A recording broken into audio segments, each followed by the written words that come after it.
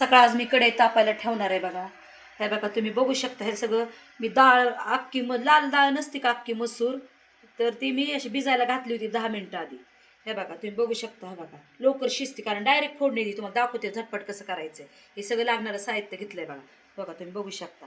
आता मी gas on करणार आहे बघा. तेल टाकणार आहे बघा तुम्ही बघू शकता. झटपट कशी फोडणी द्यायची मी तुम्हाला दाखवते आता. ह्याला मोहरी टाकली. मोहरी चांगली फुटू द्यायची बरं का. कढीपत्ता,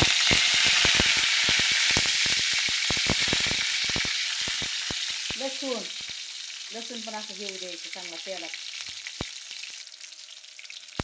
सगळं आता कांदा टोमॅटो संचित टाकायचं. चांगलं ही मसूर त्याची तर टाकायची कारण भाजतं शिजती लवकर डाळ. बघा तुम्ही बघू शकता.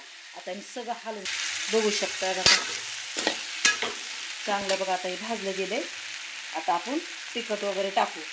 काळा मसाला 1, अजून 2, अजून लाल कलरचं 1, लाल कलरचं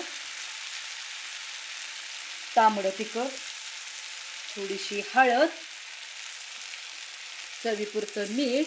तुम्ही बघू शकता. त्याला चांगलं पडताय बघा. लगे पाणी टाकायचं आपल्याला बघू शकता तुम्ही. आणि हे प्लेट ठेवून मी झाकून ठेवणार आहे बघा. थोडा मटण मसाला टाकूया. थोडा मटण मसाला टाकलाय बरं का. छान कलर येतो. जरा शिजू द्या चांगलं. शिजल्यावर तुम्हाला दाखवते. बघू शकता तुम्ही.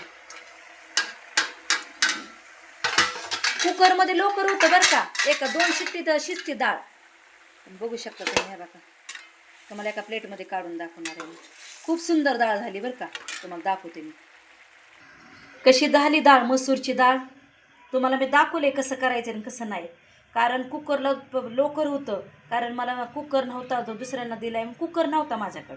म्हणून मी काय केलं कढईतच फोडणी दिली. तुम्हालाही माझी मसूरची डाळीची मस्त आमटी आवडली असं ना घट्ट, तर तुम्ही माझ्या चॅनलला शेअर करा, लाईक करा. थँक्यू. धन्यवाद. येशूला आमेन.